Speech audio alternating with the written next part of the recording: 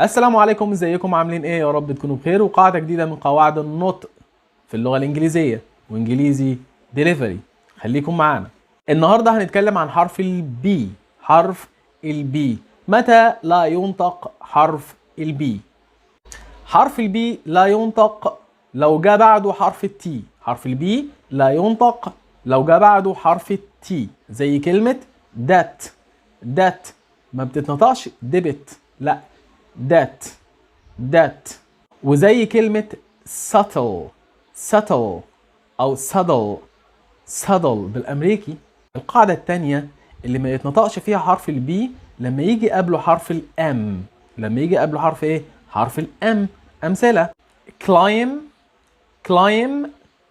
lamb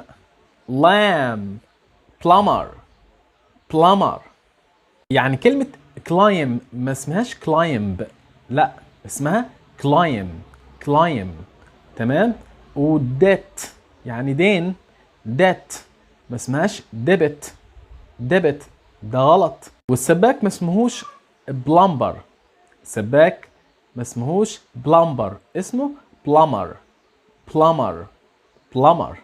وفي النهاية لو انت استفدت من الفيديو ما تنساش تشيره عشان غيرك يستفيد، وتصلي على النبي في كومنت. سلام. السلام عليكم، ازيكم؟ عاملين ايه؟ يا رب تكونوا بخير. وقاعده جديده من قواعد النطق في اللغه الانجليزيه وانجليزي ديليفري. خليكم معانا. النهارده هنتكلم عن حرف البي. حرف البي، متى لا ينطق حرف البي؟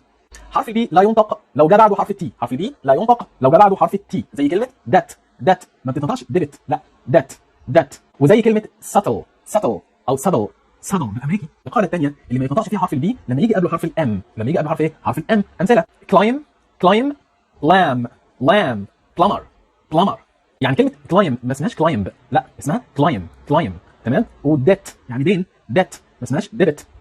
ده غلط. والسباك ما اسمهوش بلمبر. سباك ما اسمهوش بلمبر، اسمه بلمر. وفي النهايه لو انت استفدت من الفيديو ما تنساش تشيره عشان غيرك يستفيد، وتصلي على النبي.